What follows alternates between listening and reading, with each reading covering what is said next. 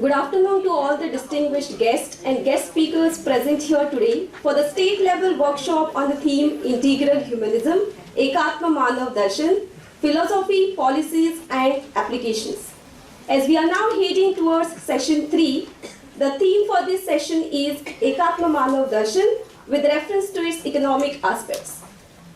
We have with us Dr. Varadraj Bapat as a resource person who will share with us his profound expertise based on this theme. We are also delighted to have with us Professor Datta B. Naik, the chairperson for this session. I welcome you, sir.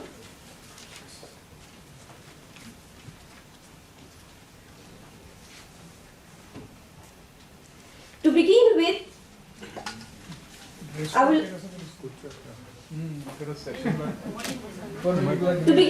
I would like to brief more about our resource person. Dr. Varadraj Bapat is a professor in finance, IIT Bombay. He has obtained professional qualifications in chartered accountancy with All India rank, cost accountancy and information system audit before obtaining PhD from IIT Bombay. He is a member of Board of Governance for IIT Guwahati and All India Board for Management Studies AICTE. He is a member of Naik peer team, Chancellor nominee on Management Council of Shivaji University, National Advisor for Think India Akhil Bharatiya Vidyarthi Parishad. He had delivered large number of online courses, videos on YouTube and invited as guest on several TV shows. He has authored many research papers in high-impact international journals and has done numerous research projects. Sir authored many books published by reputed publishers like M.C. Graw-Hills, such as Financial Inclusion, Portfolio Management, etc. Sir is having consulting and teaching experience of 28 years. His teaching interests include financial accounting, management accounting, yoga, Indian economic, /business model. I welcome you, sir. We are also delighted to have with us Professor Datta B. Naik, the chairperson for this session. To speak more about Sir, Sir is presently a member of Executive Council of Goa University and retired professor from Dempo College of Commerce. Sir is also a well-known lyrics writer and his lyrics books are also published. Apart from this, social and political issues are also very well explored by Sir in his writing. Now I request Dr. Varadraj Bapat to kindly take over the session. Dhanyavad. Namaste to everyone. Since morning, we have been having very interesting discussion on integral humanism or Ekatma Manav Darshan. I am the last speaker, so generally most difficult to hold on to the audience. But I hope you will be equally interested as you were in the earlier sessions. Before even going to economic aspects, there was one very important question that how can you relate to NEP? So I would try to answer that first and then go to the topic. So as you all know, National Education Policy has put a lot of emphasis on IQAC, Indian Knowledge Systems. It is expected that a general IQAC course is launched and taught to all students, plus you should have subject-wise IQAC courses. So I think integral humanism would definitely be helpful as a part of those courses. One for common IQAC, also this can act as a base, and for individual IQAC, so there are faculties from economics, from political science, from sociology and so on. So integral humanism has relevance for all, and as we all know, in our Bharatiya system, there used to be no faculty segmentation, whereas in the Western system there was segmentation. So for example, if you pick up Arthashastra written by Chanakya, title is Arthashastra, but it has a lot of things on political science, leadership, management, accounting, economics and so on. Because our ancestors never used to think that this particular compartment is economics, something else is political science. It's all integrated. And national education policy is also seeking to integrate it. But I know we are all not fully integrated. Our mindset is still with our subject, our area, our department, fine. But from this, I am sure you will get threads relevant to your department, which you can include in your own courses. So this should be useful for implementation of IKS. And down the line, as we really have more integrated academic system, then this could be even further useful. Later on, of course, you can ask more questions, but I try to explain this so that you can now think how we can relate, everyone can relate to their own topics on it. So as was also discussed, we will basically talk about economic aspects of Ekatma, Manav, Darshan or integral humanism.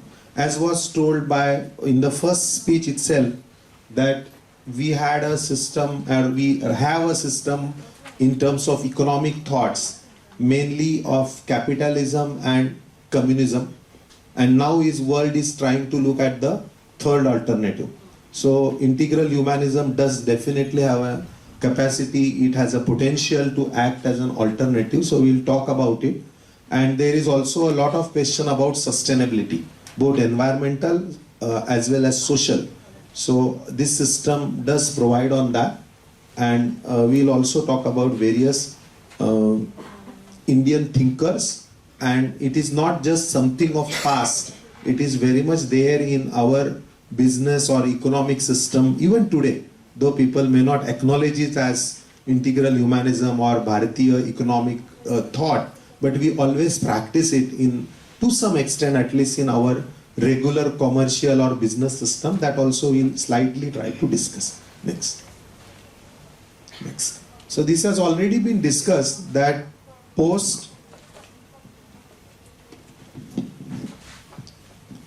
so as we know that post-industrialization, large businesses emerged, and that was also the time when capitalism was put forth, and it became the model in mainly in industrialized countries like UK, France and so on. And initial years of capitalism were experienced lot of exploitation. Colonies were worse exploited, so we as Indians suffered a lot because of exploitation. And there were also exploitation of labor. People had to work for 18 hours a day. Exploitation of even consumers, because hardly any options. You have to buy at whatever rate capitalists want to sell. Naturally, that led to reaction, and that came in the form of introduction of Marxism or communism. So main attractive slogans from them was end of exploitation and equality. Naturally, labor class liked it the most, but also other people from the society found it much better than capitalist ideas.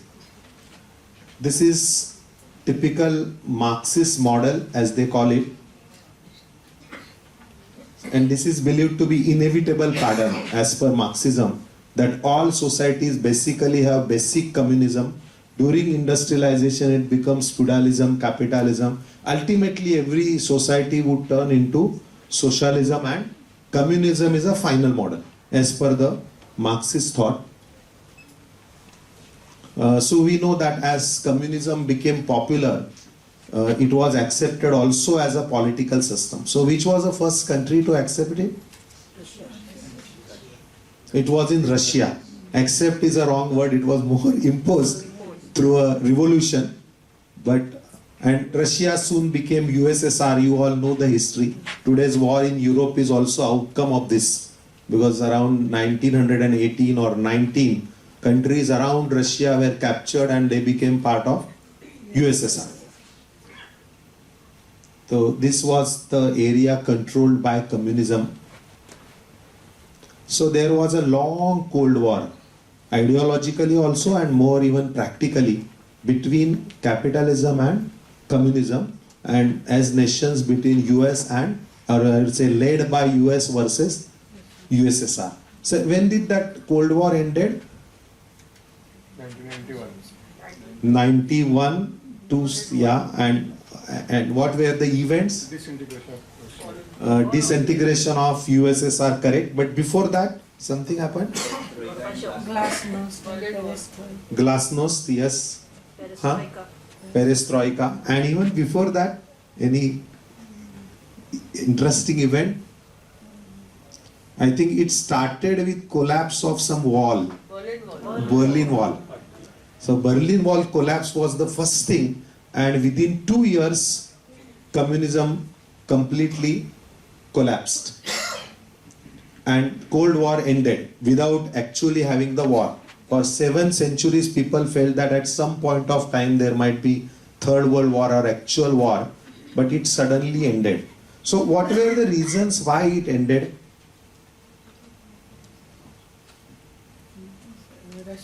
There was no more spread of communism. Russia was disintegrated, agreed, but why did it disintegrate? Because most powerful country, biggest army, Red Army at that time, and biggest also geographical area, then why did it disintegrate? Basically due to crave for individual liberty.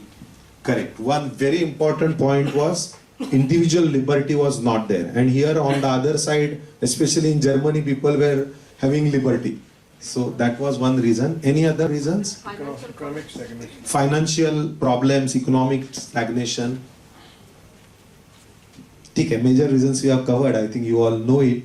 So although communism talked about Shoshan Mukti and Samanta, what they never talked about much but was a part of or is a part of communism is destruction of religion, culture, and also lacked human values. So large number of churches were destroyed wherever communism took hold in Russia and around. Also mosques were destroyed in the Muslim areas and so on. So, and all ancient other cultural related things were also attempted to be destroyed in the communist rule. So it was basically dictatorship, large number of killings and poverty. So there was no war from outside. People from there itself were unhappy. They practically threw out communism. The first opportunity they got, they threw it out. And now it is well documented that more than 10 crore people were killed by communist regimes. Much more than people killed in war. So this was their own citizens killed by their own state. In Russia, China and also other communist states. So these are all pictures at that time. On economic side, there was very low economic growth and high corruption and no incentive or even no opportunity to innovate or do anything new, great or anything new. So as this Cold War ended, actually capitalism became default model of the world. So there is a good book by Francis Fukuyama. He is a Japanese economist settled in US turned American. So he has concluded that Western lifestyle and Western system of capitalism is the final form of human government. Now no further improvement is required. This is a best form. So World Bank started telling everyone that you adopt this. If you want prosperity like America, if you want to become like America, you adopt American system. In India also, you know that at the same time, we had a mixed system. We moved to more or less capitalist system. What was it titled as? Anyone remembers? LPG. Exactly. It was called as LPG, just to make it more acceptable. But actually it was more or less shift towards capitalist ideas or more or less a capitalist system. And this happened everywhere in the world. Now that adoption, this is in 1990s, now more than 30 years, definitely has increased prosperity everywhere. But at the same time, the situation in the capitalist countries were never studied. This more came as a default model. We know that there was a big event in 9/11 in US. So what was the event? Anyone remember? 9/11 as it's called. Terrorist attack on US. Because US used to assume that terrorism all are Asian problems. ये लोग एक दूसरे से झगड़ते रहते हैं. US is great. Nothing can happen in US. But there was actually a very big jihadi attack. Whole US was closed for a very long time. Bush was the president then. and this was his appeal to people. He said that it is an attack on America. Further, he says that he urged US public to go shopping and take vacation. So even senior people in US were shocked, because if country is on attack or at war, normally leader would appeal to people to sacrifice, that come forward, join army, if nothing else at least give blood for the nation. But here president is telling people that you go for vacation or at least go for shopping. So what is the logic of this appeal? Why is president trying to tell people to, yeah? To give a feeling everything is fine. Yeah, one is that, and what is the economic logic of it? Due to attack, there was a slowdown in economy. Economy would prosper if people go for shopping and vacations, and if tourism gets a boost. Correct. Prosper तो आगे की बात है. At least economy would start operating, start running if people start spending. So we know otherwise also we get news in Economic Times or even in other news channels, etc., that how much is a spending. That essentially decides what would be the stock markets or what is the health of economy. So what I am trying to tell is basis or basics of capitalism say that it's more of private capital.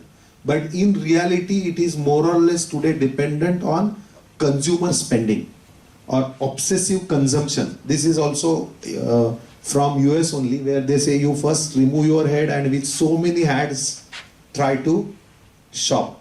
Of course, ये थोड़ा पुराने जमाने का है. Nowadays, you don't even need to go to mall. You can do it online also. One more again from it, key again, first you put your head in the shopping bag and then go on shopping. Although it's from US, it's more or less true everywhere in the world. So more and more spending, as so they call it communalism, consumerism, but I have translated it as anirbandha upabhog, because it's not just upabhog, it's a reckless spending. Even if you don't need, you must buy. That is what marketers trying to tell, or that's what malls try to tell, and people also practice it. They are induced through extra discounts or through systems or through advertisements where they will go on spending more and more. And the original problems of capitalism for which communism was introduced have not been solved. So one of the biggest problem is Vishamta or inequality, then Gini index and all, I think everyone knows, so I'm not showing it. So these types of things you find everywhere in the world, richest countries and also in the poorest countries. So you will have very poor people and most of the people in, very few rich people, most of the people would be poor. This is as a capitalist pyramid, as they call it. Few people are super rich, most of the people keep on suffering. Of course, we all know it, but I'm just telling that no solution to these problems were found. Some solution was found in the form of communism, was found to be unsuitable. It was thrown away. Again, it's back to the problems of capitalism. So what was called as a market economy, as per definition of capitalism, has slowly turned into market society and market family. So in US, if husband loses job, wife will say tata bye bye, I will find another person who earns better. And it's not just husband, even if wife loses job, husband will do same thing to the wife. That you leave now, divorce me, I want to find another lady who earns well. So to that extent, family scenario has become profit driven or money driven. I am not even talking of parents and children, huh? That is out of question. Within spouses also, it's more of a profit driven. And the impact of that, some more data, I think first session also talked about it, but I'm just showing some data on it. That this is in 2012, I have deliberately retained, because at that time itself the data showed that more than 50% children are out of wedlock in US. And there was also a famous book by this David Blankenhorn who says that 46% of adult Americans do not know their fathers. This is in 95. Huh? Now the scenario has even worsened, and there was also a book called as Fatherless America. In some cases even motherless, because some children even will not know who is the mother. Most cases they will know mother, but nobody knows who is the father, because that's the extent to which family system is broken. Of course that problem is there in India also now, but there it is for 50% of the people. Now this is a data on divorces to marriage, long data from 1860 to 2020. You can see right in 1980s, divorce rate touched 50%. So 50% of marriages end up in divorce, and it has more or less stagnated. The real picture is here. This is a marriage data. So you can see sharp decrease in the marriages because young generation do not want to marry. पहले generation में क्या होता था? They used to marry, then fight and divorce. Now they anyway don't want to marry at all in Europe or US or in so-called developed countries because family system has completely broken. This is some more data. This is a non-marital birth rates in US. You can say the rates have become 60-70% also. UK also similar scenario. In 2013, they say that UK has more household with TVs than with fathers. Of course, nowadays TV is also outdated. Everything is on mobile. This is one more data from US. Average number of persons per house. You can see biggest pie. 34% is one person house. भारतामध्ये आपण याला घर पण मानणार नाही. Just one person. And next is two persons, which is 27%. In most cases, it will be a lady and a fatherless child. 2% म्हणजे आपल्याला वाटतं husband and wife. That is not very common. एक lady आणि some son or daughter, that is more of 2%. This is more than 50% of the pie. एकदम 5-6% is very rare. 3.2% वगैरे. That will be Asians staying in US. Most of their local people hardly have one or two people in the household. To the extent family system is broken. And this is a comparison number of persons per household. US मध्ये बघा 2.7, India is still much better, 4.5. Of course, India also it's coming down, but still we have a lot of affiliation to family system even now. Now this has brought in lot of impact on society in terms of high crimes, more corruption, homicides, rapes, etc. You will always observe that Western media blames all these things on us. So one rape in India, they will give so much publicity. I know it is not acceptable to us, but rape rate in India is something like 1.2 per 1 lakh. And rape rate in US is more than 200 per 1 lakh. And there are countries with more than 800 per 1 lakh of rape rate. म्हणजे त्यांना ते normal आहे, there's nothing great in it. In India, it is not acceptable because it is very exceptional. But it's also true for other crimes. Normally, they blame as if more crimes are there in undeveloped countries, as they call it. But actually, crime rates are much higher in the developed countries, in almost all types of crime, including corruption. People feel कि भारत खूप corrupt है. Definitely, आपल्याला जेवढं corruption है ते पण नको है. पण even much more corruption in developed countries as per their own data. These are more recent events in US. Nowadays, mass killing has become common in schools and roads. Current public eccentric hai, and they have guns. Suddenly they feel something, they can easily kill 10-20 people. And many such instances, aisa nahi ki just by one instance. There's more than 203 instances in 2003 alone. This is the data on mass shooting. 2022 la 647 instances. In 2023 till the time data was collected, there were more than 200 events of mass killing.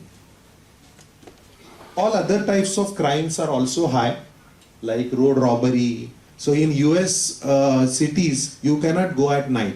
I'm sure गोव्यामध्ये तुम्ही कुठेही वाजता रात्री गेला तरी कोणी road robbery करणार नाही. But that cannot be guaranteed even in a developed countries like US. And the first session also said that people are not happy. That can be very clearly seen from the data on mental disorders, which include drug abuse, alcoholism, or depression.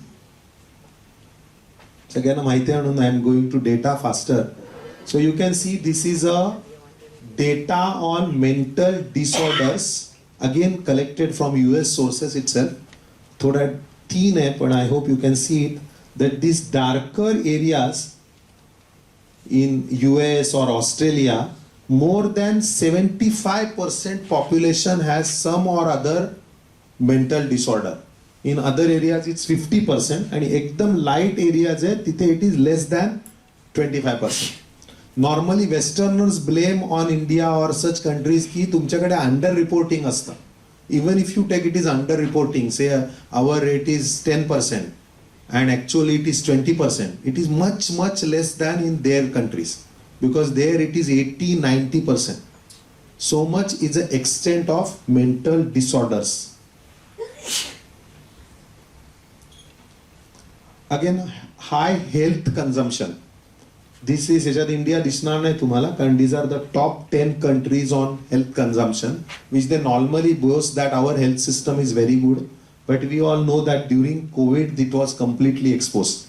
Highest deaths and highest cases also were there in the developed countries. Next is on ecology. We all know that there is a high extent of pollution, destruction of nature and so on. I'm trying to go fast, I hope you are with me.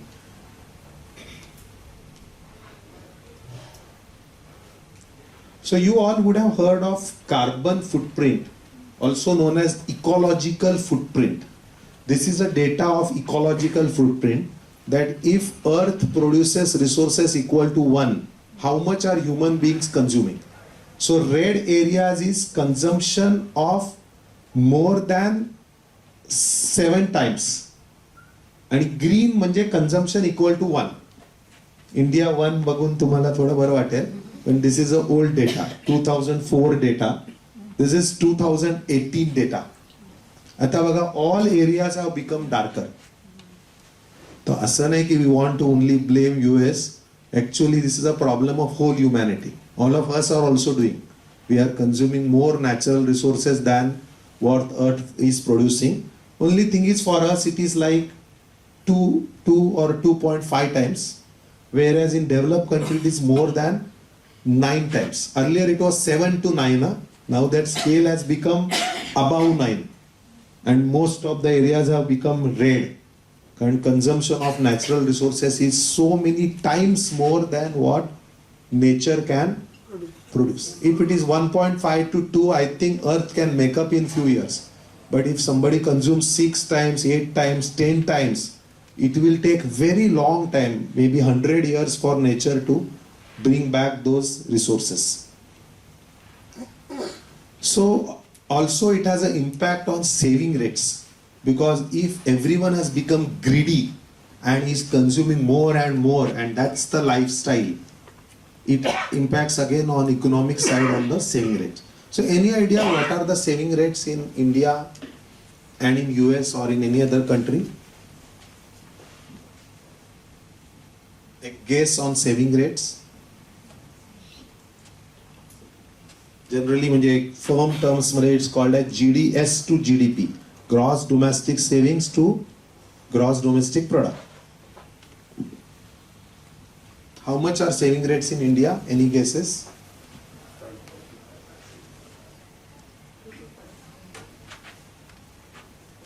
म्हणजे 1 लाख रुपये earning असेल तर what percentage do we save? Individually and as a society, huh? 30% is a good guess. It is almost 30%. And we know everybody in the society doesn't have an income of 1 lakh. Even if they have income of 20,000, still they manage to save 30%. 30% is an average. And US मध्ये less than 1%. Income is very high. Income is more than 10 times of GDP of India, म्हणजे of per capita income of India.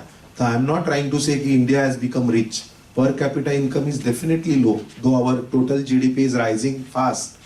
It's much lower than in the developed countries, but their spending habits are such that if they earn 5 lakhs, they will spend 10 lakhs.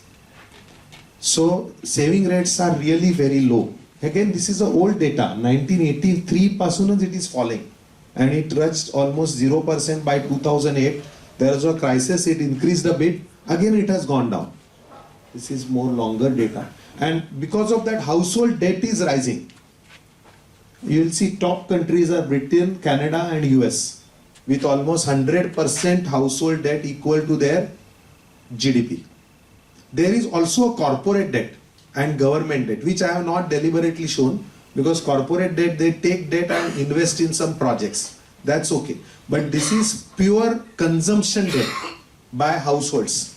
That is very high because consumption habits are like that. In fact, economic system is like that. It encourages everyone to spend more. Bharatat पण हेच economic system आहे.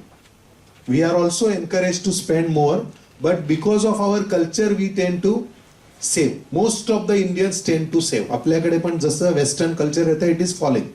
So 30% is actually slightly older data.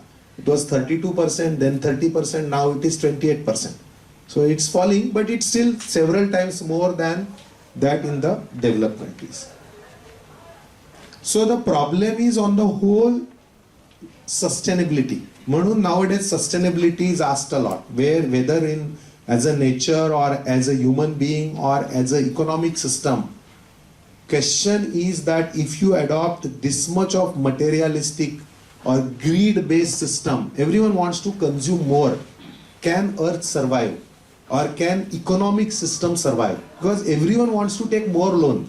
Mug save कोण करणार? आतापर्यंत कसं आहे की less developed countries are saving and giving loans to developed countries. Their habits are also slowly changing. They also want to take more loans. Often question is also asked about development versus ecology. कुठल्याही एरियामध्ये आपल्याला माहिती आहे की development होते म्हणजे काय होतं की ecology is destroyed, forests are destroyed or natural water sources are closed. That is the current pattern of human development. So should it be like that? Because we have seen in integral humanism we say that this should be development with ecology. But actual development as of today is development is against ecology. So both these models, capitalism and communism, these are essentially materialistic models. They say that you must consume more, and to consume more, of course, you have to extract it from nature. Now, this is a very seminal paper by Lynn White, which he wrote in 1967, where he has said the historical roots of ecological crisis. So he has written about theological debate, because all communities as were naturally were, they used to consume natural resources in a very restricted manner. भारतामध्ये तर आपण करतच होतो, पण most of the native cultures were like that. So if people have to take something from cutting the tree, they would feel guilty. They would do namaskar and will say, I would try to cut as less as possible. But with the advent of Christianity, Christianity tries to say dominion of human beings. So human beings have a right to take as much as they want, and that led to, so guilt was removed. As it is, people were greedy even before, but they had a guilt.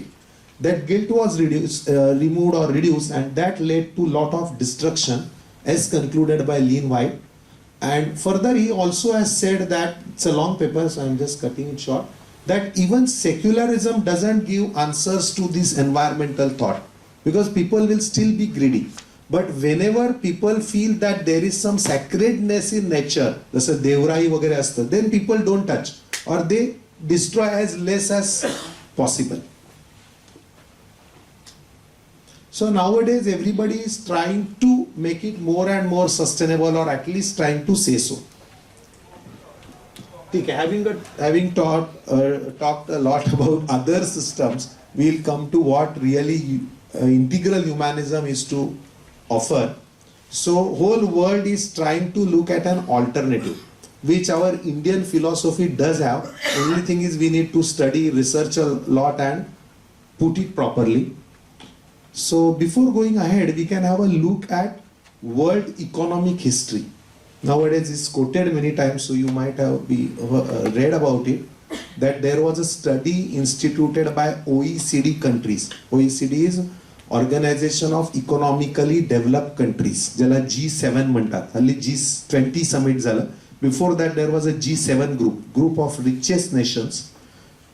Around 2000 they formed a study led by very famous economist called as Angus Madison. And Angus Madison has produced this data for 2000 years of world history, which you can very clearly see that India had share of as much as 33% in 00. Even in 1000, we had a share of 30% of world GDP. As we were attacked by Afghans, then Mughals, etc., our share went down. But still it was 25% till 1750. During it is British time that it came down from 25% to just 3%. China also has more or less this pattern, and it is this time Western Europe went up. US to almost zero hota. During 2 world wars, US had a big leap in their GDP share.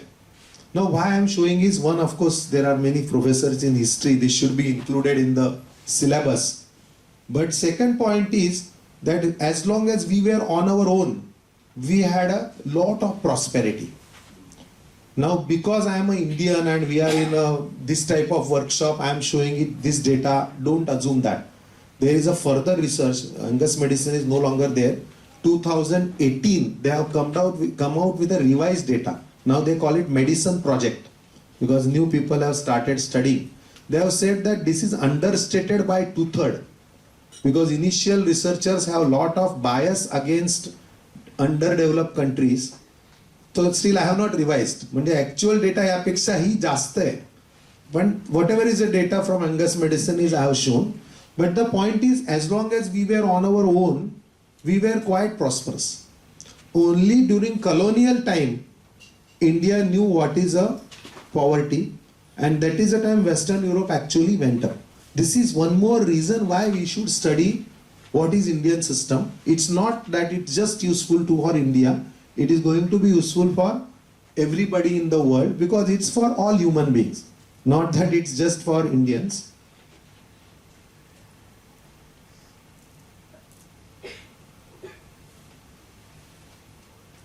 I'm just skipping it. So now we have spoken something about other systems.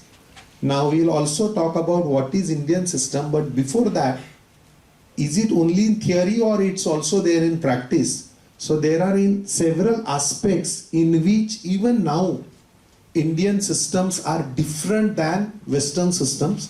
These are the salient points. For example, family system. We all know, we all experience in our houses that our family system is much stronger than in Western world. ह्याच्यामध्ये बरेच point आहे, but I won't go into it.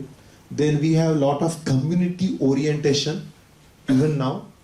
Self-employment. प्रत्येक point दाखवत नाही, पण here we have a data, so I'm just going there.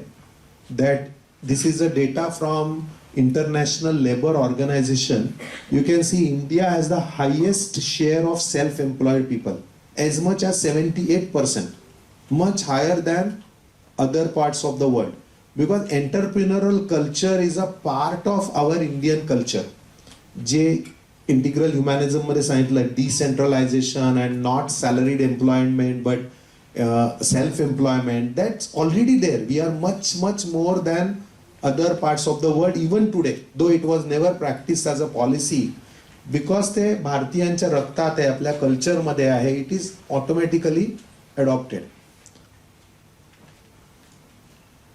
Sources of financing are also quite community driven, whereas in other countries they are more formal in nature. Savings we have just discussed, and we know that remittances from abroad are highest to India. Recently it crossed 100 billion US dollar. It's a very big amount. Comparative data you can see. India, आता हे फक्त हे countries selected नाही, these are the top 5 countries in the world. Although our GDP etc. is very low, we receive the highest amount of remittances from abroad. One, because Indians can save. Second, they have got lot of affiliation to their family, so they send back the money from all over the world. So this is also one of the strengths of Indian economy that has come from our culture. Last point is about stock markets. So in terms of per capita income, ours is very less, but in terms of number of people in stock exchanges, I mean number of investors in stock exchange, number of listed companies, and even number of transactions, India has the highest number. Again, the point why I am showing here, because integral humanism says it should be a decentralized system, and actually India really does have a very decentralized share ownership, even more decentralized than countries like US. They are capitalist systems, but even in our system it's more decentralized. Now the last part of this slide, and perhaps the most important part, that is about what is our economic thinking. So Western versus Indian, these are salient points, that this is materialistic versus holistic, comfort driven whereas it's bliss driven, individualistic versus collective, competition versus cooperation. I think most of you would have seen Three Idiots. Yes. Lakshat hai Three Idiots. Initially only there is some scene, some professor telling something to students. Are you able to remember who was the professor? कोणाच्या लक्षात आहे? खूप दिवस झाले. He was called Virus. Viru Sahasrabuddhe. He throws something. What does he throw? He throws one egg and he tells people that if you want to go ahead, दूसरे के टांग खींचे बिना आप आगे नहीं जा सकते. टांग खींचना फिर भी लाइट वर्ड है क्योंकि मैं हिंदी में बोल रहा हूँ. He says that unless you kill others, you can't go ahead. That is a Western system. Pure competition based, survivor of the fittest. सुरुवातीला explain करले. That somebody who is weaker should be destroyed, killed, thrown out of the company. That's the Western system.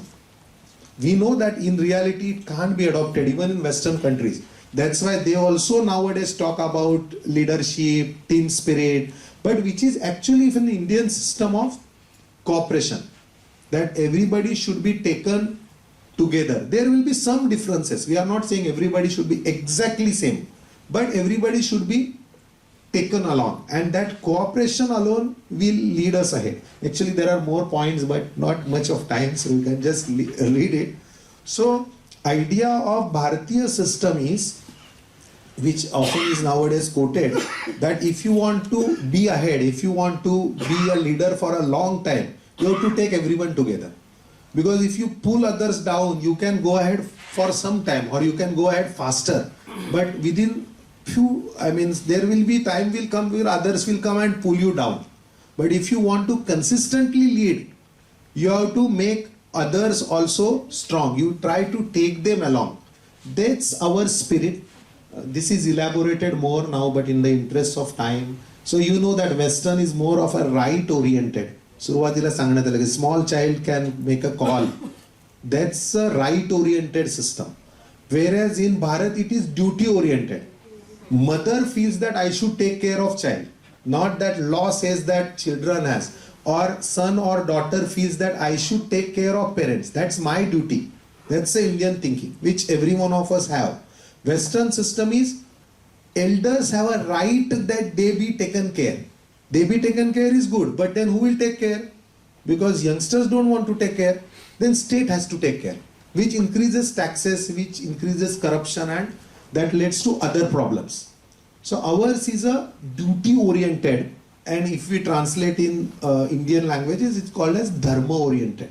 That's dharma in that understanding, that this is a duty. Then we know that we have 4 purusharthas: dharma, artha, kama and moksha. All of them are equally important. Whereas in Western systems or materialistic systems, only artha and kama is important. So earning money and spending it on myself, that it becomes the goal of life. Whereas we say that yes, you do earn money, you also enjoy, but don't forget dharma and ultimate goal, which is moksha. So it's more a holistic system. Now a little more background on this. Again, in the interest of time, I'll just go ahead. Everyone knows that we have a Shri Sukta right in our Rigveda, the oldest text written by any human being. So point is, prosperity is revered. असं नाही की पैसा नको आहे. We want money and we do revere it. But there are some conditions. So it says Lakshmi Anapagamini. So Lakshmi is a prosperity, but Anapagamini, one which takes us down, we don't want. So we don't want money coming from illegal means or unethical means. Then it says Manasa Kamama Kutim Vacha Satya Mashimahim. I hope थोड़ा सा संस्कृत करता है. So Manasa Kama means मन में आने वाले जो भी इच्छाएं है उसकी पूर्तता मैं चाहता हूँ, क्योंकि लक्ष्मी को प्रार्थना कर रहे हैं. बट सेकंड पार्ट भी इंपॉर्टेंट है, वाच सत्य मशीमहिम. सत्य का मार्ग छोड़कर नहीं, सत्य के मार्ग पर रहकर I want satisfaction of all my wants. So it's more a balanced approach. Same way from Upanishads also you get lot of references. Again, as I told in the beginning, भारतामध्ये faculty compartmentalization नव्हतं. So you can't say this is only economic textbook. This is a dharmic text, but it will also have something for economy, society, political science and so on. Ishavasya Upanishad is again famous. Just the second part I'll take your attention to. It says Tena Tyaktena Bunchita. Bunchita means enjoy. You enjoy, but how you enjoy? By giving back. Tena Tyaktena. त्याचा त्याग करून भोग घ्या. मा गृद कस्यस्वित धनम. म्हणजे दुसऱ्याचं धन चोरू नका. Don't try to lust for other people's money. From Bhagavad Puran, they say that income should be divided into 5 parts. 40% should be only for consumption. 40% should be for long-term investment. And 20% should be given back to the society. I think Bhagavad Gita Karmanyevadhikarasya, you know it, so I'm just going ahead. आधीच्या भाषणामध्ये याचा reference आला होता about yajna. This is a graphical form, so I think everyone will enjoy that. We are vyashti as an individual. Samashti is a family. So when we are small, essentially family gives us yogakshema. We are taken care by family. Otherwise we could not have even grown. So first it is from samashti to vyashti. When we grow up, we are supposed to give back our karma to family mana or to society mana. Then they give us back karma phala. Maybe we can say salary which we get is like our karma phala, which we should again go back, give it back, and that is a yajna. Yajna doesn't mean only agni. Yajna means giving back to the society. म्हणजे vyashti, if it's an individual, samashti can be thought of a family.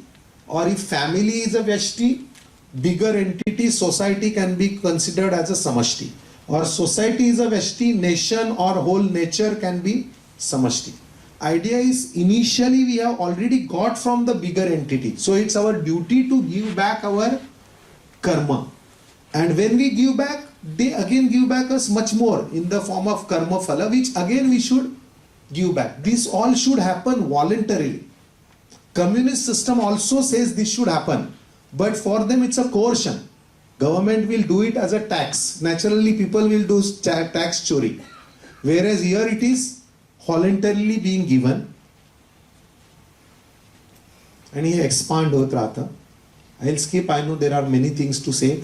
Many other saints have also written it, right from Jain saints to Thiruvalluvar in Tamil Nadu, Tukaram महाराजांचं तुम्हाला बऱ्याच जणांना माहिती असेल, जोडोनिया धन उत्तम व्यवहारे उदास विचारे वेच करी. I think in one line, if somebody asks की integral humanism economic aspect, one line, I think Tukaram महाराजांच्या एका लाईन मध्ये येतं की जोडोनिया धन. फर्स्टली दे सेल की असं नाही की यू डोंट वॉन्ट मनी, जोडा तुम्ही, पैसे पाहिजे आपल्याला, पण कसे उत्तम व्यवहार आहे. आणि वेन यू स्पेंड, वेच करणं इज स्पेंडिंग, मला माहित नाही की तुम्ही कोकणीत काय शब्द आहे, जो उदास विचारे स्पेंड करे. तो स्पेंड करताना मात्र spend in a responsible manner, spend only as much as is needed, not because I have money I spend recklessly.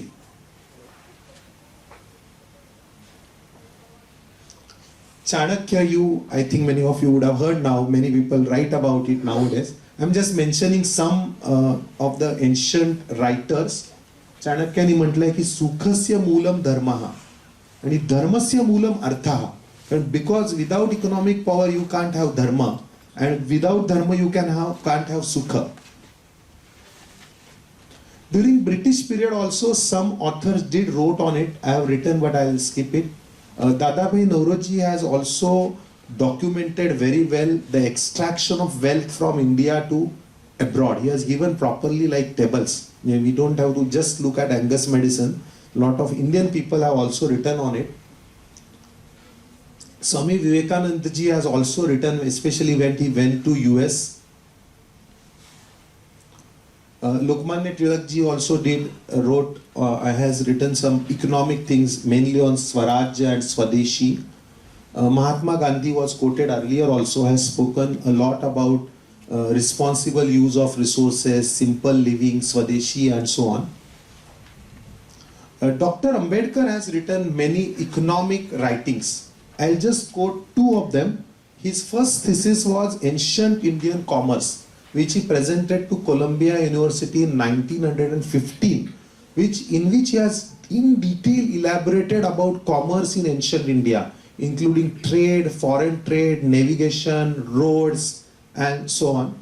And I'll go to the end. His last writing was on Buddha and Marx, which he wrote in 1956, and he presented it in Nepal, where he has said that though, I'm just quoting him, he says, though Soviet Union is highly successful, it's like fattening of pigs.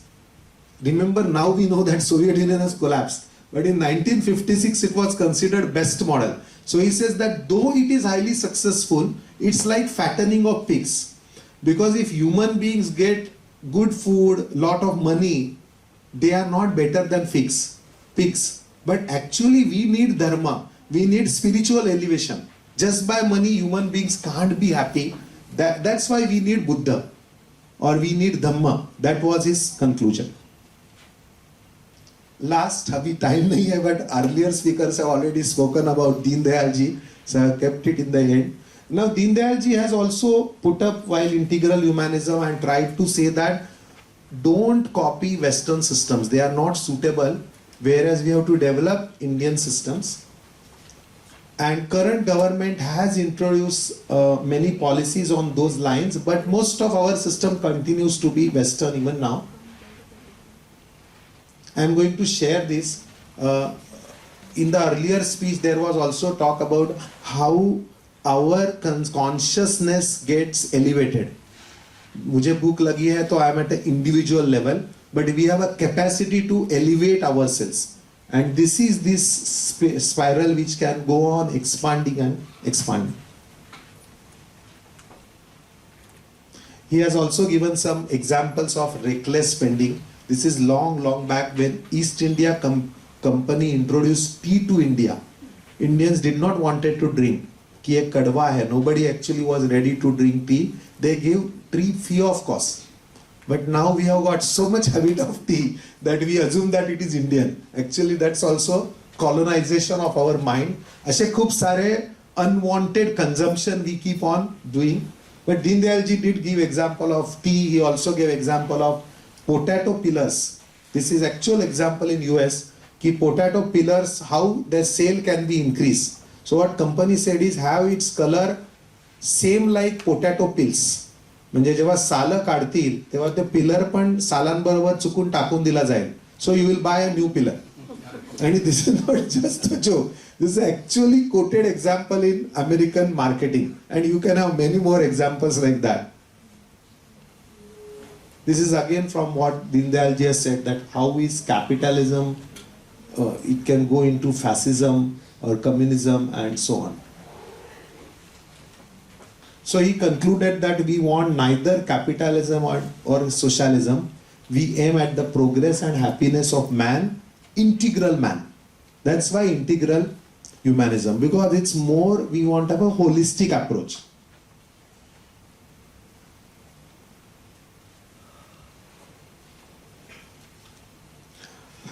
These are the different modern Indian thinkers I have tried to put in a kind of one table. Ram Manohar Lohia ji, I didn't say much. He was a socialist, but he has also written about Indian economic thought.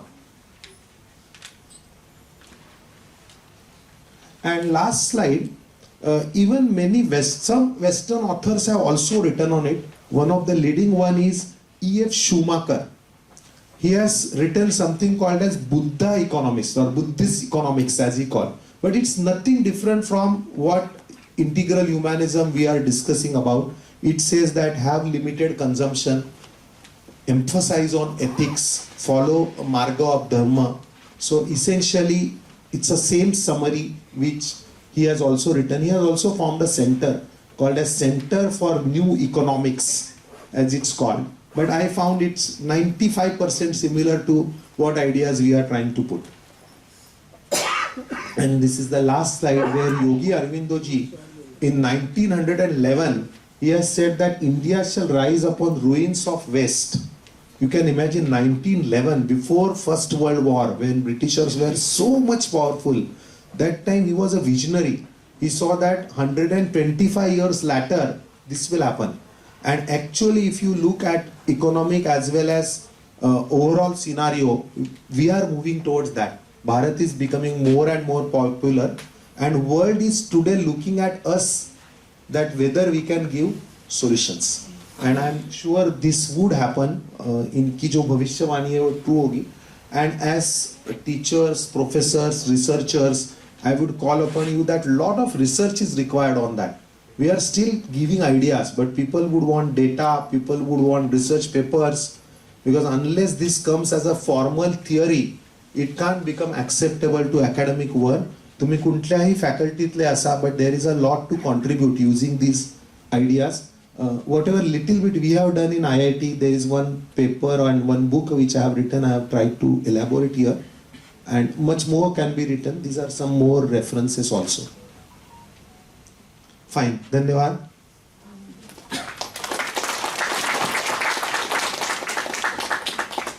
Yeah, any questions?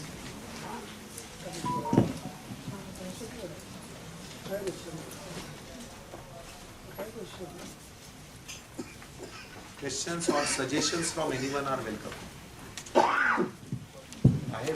Any questions from audience?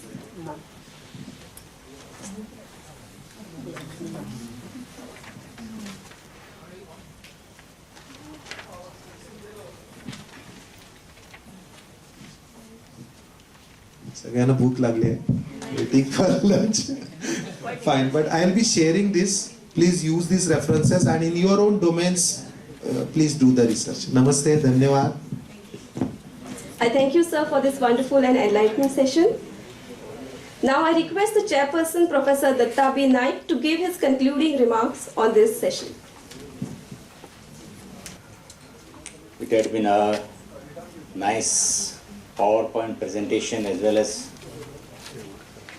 in general a good presentation about integral humanism, Ekatma Manav Darshan, presented before the society by Pandit Dindayal Upadhyay. I say it is presented because it is the gist of the entire Bharatiya culture. It has not come up all of a sudden. It is found in our Vedas. So Vedic culture always believes in integral approach to all the problems of human beings. Ramayana and Mahabharata are the basic historical texts. They are also they have assumed the position of scriptures. And a message gives that one should work for the entire society. It is not that somebody should exploit the others. Say Ramarajya has been explained as how the place, how the Ayodhya was. It was Hrishta Pushta Jana Kirana, full of well-built people, healthy people. How this could be possible? It was because everybody worked according to his capacity, without being led by any greed. It is need versus greed. One should consume as per the need and not, so greed should not overcome the need. That is the principle of Indian society, Bharatiya society, right from the beginning. One is asked to perform his duty. He is guided by elderly persons, but he is then asked to do his duties on his own. See in the Ramayana we find, when Sri Rama started for his journey to Vanavasa, he first visited Varadraj Rishi at Prayag. He asked him to go to Chitrakoot. At Chitrakoot he was charged by Atri Rishi. Then Atri Rishi found his young boy and his young lady will enjoy this place, so she should be sent into interior of the forest. So he asked him to go further to Sharavanga Rishi. Sharavanga Rishi sent him to Tushikshna Rishi. Then he sent them, all three of them, to Agastya. Agastya gave them the weapons. And after giving them the weapons, and Akshay Tunir asked them to go to Panchavati. There was no Rishi ashram around. So you do everything on your own. This is the message of Ramayana. So somebody can guide you, somebody can tell you something, but you should do. Say in Panchavati there was nobody to guide them, nobody to save them from Ravana coming as a sannyasin. So they had to do it on their own. So this is the message. It's not simply the story of Rama and Ravana. So this is how our culture has developed. It is integral. This country, somebody asked a question about multicultural. This country is not multicultural. There is a single culture in this country. That is Bharatiya culture. Throughout the country, you can travel throughout the length and breadth of the country. Forget about what has been said in Vedas and all. You will find all saints, Santa Sahitya. Santa Sahitya has integrated this country into one. There is a problem in Kashmir Valley because there was no saint poet there. So Santa Sahitya is responsible for the modern integrity of this country. So we should not forget. This is unique culture. Sitaram Yechuri says this is multinational country. Because he doesn't know what is nation. And what multinational country they had is disintegrated now. 15 nations which were kept under Soviet Union have disintegrated in the December 1991. And as a result of that dissolution, or when the process of dissolution started, Germany was integrated. Because the power that kept them separate was weakened. So again discussed here about nation and nation state. Generally United Nations or all independent states is nation state.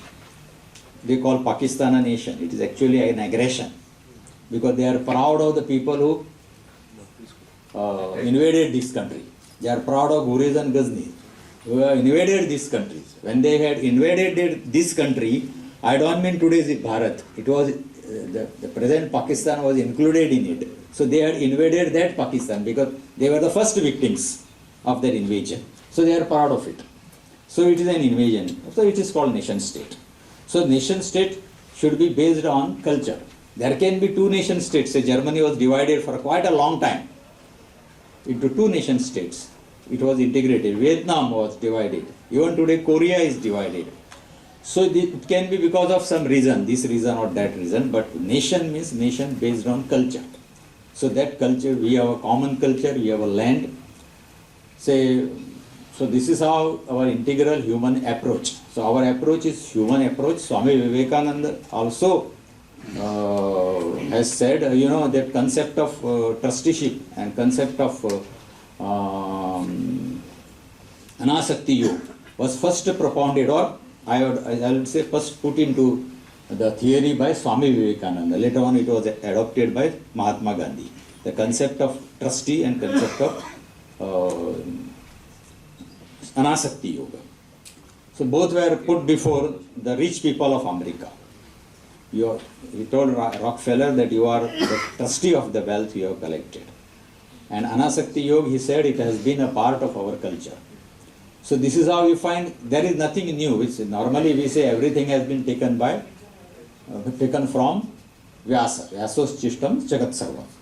So we don't say the integral nationalism is an integral humanism is something new theory, but he has compiled it.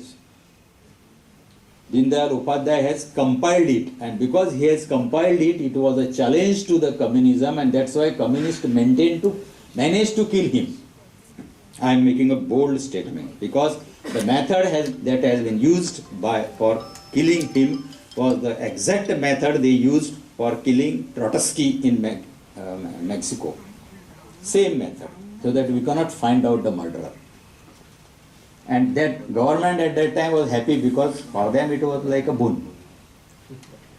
So this is how what has happened. So he actually compiled this theory coming right from, because Antodaya is found in our ancient culture.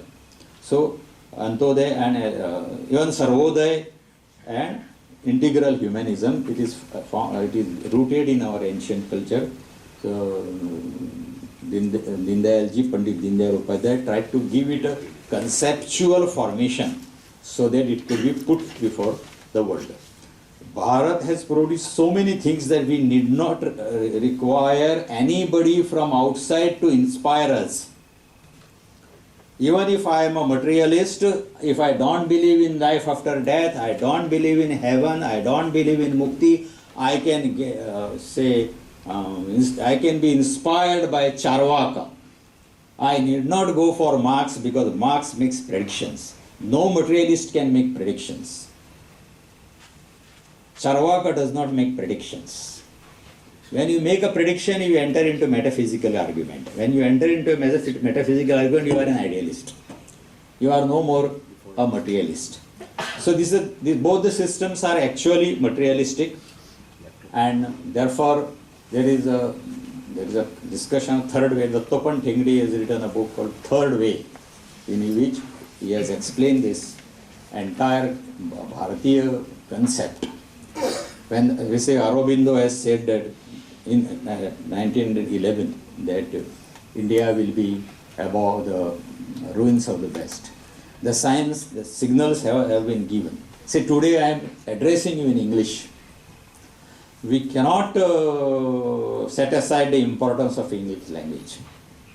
Can we? We cannot, because it has entered here, it has ruled over us, and most of the maximum material available in English, international knowledge we get from English, so we cannot get rid of English. But how English came over here? It came as the language of the invaders. It came as the language of the colonizers. It came with sword. There was a lot of bloodshed for imposing English upon us. But now, today, world has recognized the importance of Sanskrit without we shedding a drop of blood. This is our victory. This is how Aurobindo's and Swami Vivekananda's predictions are coming true. So we should be well equipped. Today it is a beginning. We will have a discussion. We can, even some of you can take up some aspects of integral humanism for discussion. You can write papers. There can be seminars, symposiums, discussions, essay writing, etc., on this integral humanism. With this, I say that this session has been concluded. Thank you. Dhanyavad.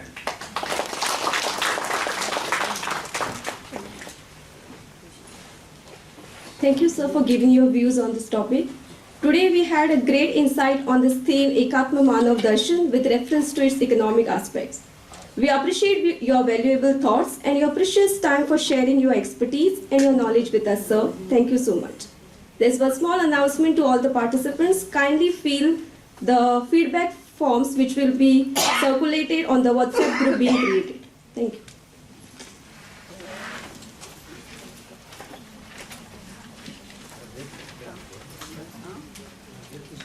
Dear friends, before we break for the lunch, and I'll not take much of your time, because I know all of you must be hungry by this time.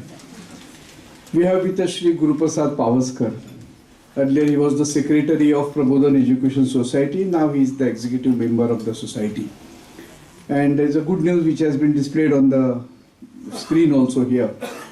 He, along with his secretary of the Disability Commission of India, has got the best award.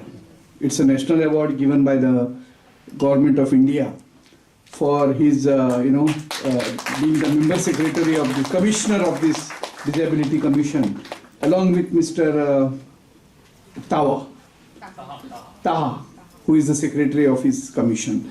So on behalf of the Prabodhan Education Society, Vidya Prabodhini College, and on behalf of all the Academicia of Goa, I may request our senior writer, our thinker, Sri Haribau, to kindly come on the dais along with our chairman, Sri Sanjay Bab Valalkar. I request Guru Bab also to be there on the dais.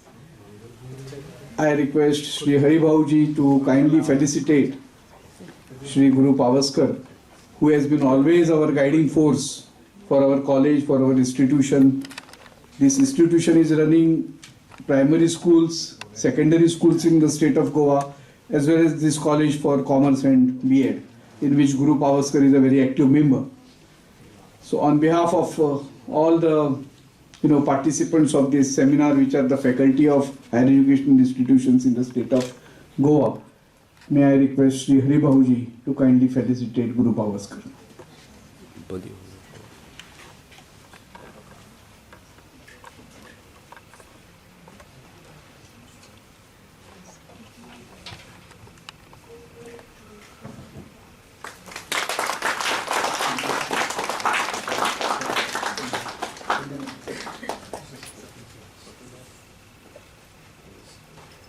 Thank you, Guru.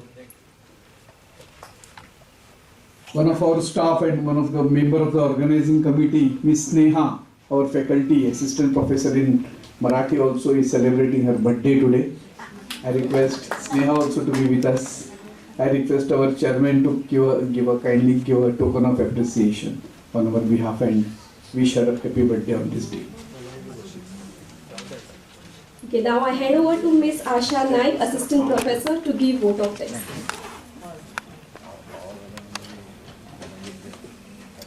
Namaskar. Respected Chief Guest, Sri Haribhau Mirastar, Distinguished Resource Person, Sri Vinay Patrae, Sri Ravindra Mahajan, Dr. Varadraj Bapat, Sri Raghuvansh Ji, Professor Datta Naik, Convener, Sri Ajay Mahajan, Chairperson, Sri Sanjay Valalkar, Principal Dr. Bhushan Bhave, Vice Principal Dr. Anil Thosre, distinguished professors from various colleges, and my dear faculty members. It is both an honor and a privilege to extend my heartfelt gratitude on behalf of Prabodhan Education Society's Vidya Prabodhini College of Commerce, Education, Computer and Management, Karwari, Goa. First and foremost, I express my deepest appreciation to our esteemed chief guest, Sri Haribhau Mirastar, for gracing us with your presence. Your insight and words of wisdom have added immense value to this occasion. I extend my heartfelt gratitude to our distinguished resource person, Sri Vinay Patrae, Sri Ravindra Mahajan, Dr. Varadraj Bapat, and Professor Datta Naik for gracing us with your expertise and insightful knowledge. The depth of your knowledge and your ability to convey complex concepts in an accessible manner have left an indelible mark on all the participants. Collaboration is the essence of progress, and we have been fortunate to work hand in hand with the Center for Integral Studies and Research, Pune, and convener Sri Ajay Mahajan to bring this vision to fruition. Their shared enthusiasm, expertise, and resources have significantly enriched the overall experience of today's program. I extend my gratitude to Prabodhan Education Society Chairperson Sri Sanjay Valavalkar for your visionary leadership. Your efforts have set a benchmark for all of us. I extend my heartfelt thanks to our principal, Dr. Bhushan Bhave, for your continuous support, encouragement, and for being a source of inspiration. My heartfelt thanks to the Directorate of Art and Culture for providing the multipurpose hall as a venue for this workshop. Your generosity in sharing your space has been instrumental in the success of this event, and we are truly appreciative of your support. A sincere thank you to our sponsor, whose generous support has made this workshop possible. Your commitment to advancing the principle of integral humanism in education is commendable and deeply appreciated. I would like to extend our heartfelt gratitude to the member of media who have been an integral part of today's proceedings. Your presence and coverage has played an important role in sharing the essence of this event with a broader audience. I extend my sincere thanks to all the distinguished faculties from various colleges who have taken the time to join us. Your presence has made this event more special, and we are grateful for your support. A special word of thanks to our organizing faculty members. Your dedication and meticulous planning have been the backbone for this workshop. Your foresight and attention to detail have ensured a seamless and enriching experience for all participants. My gratitude extends to the technicians, support staff, and caterers who work diligently to ensure the comfort and well-being of our participants. Your efforts have contributed to the overall positive atmosphere of this workshop. As we conclude this workshop, let us carry the spirit of integral humanism forward into our educational practices and interactions. May the connections made and knowledge shared here continue to inspire positive change in our academic endeavors. Thank you once again, one and all, for being a part of this event. Wishing everyone a wonderful day ahead. Thank you.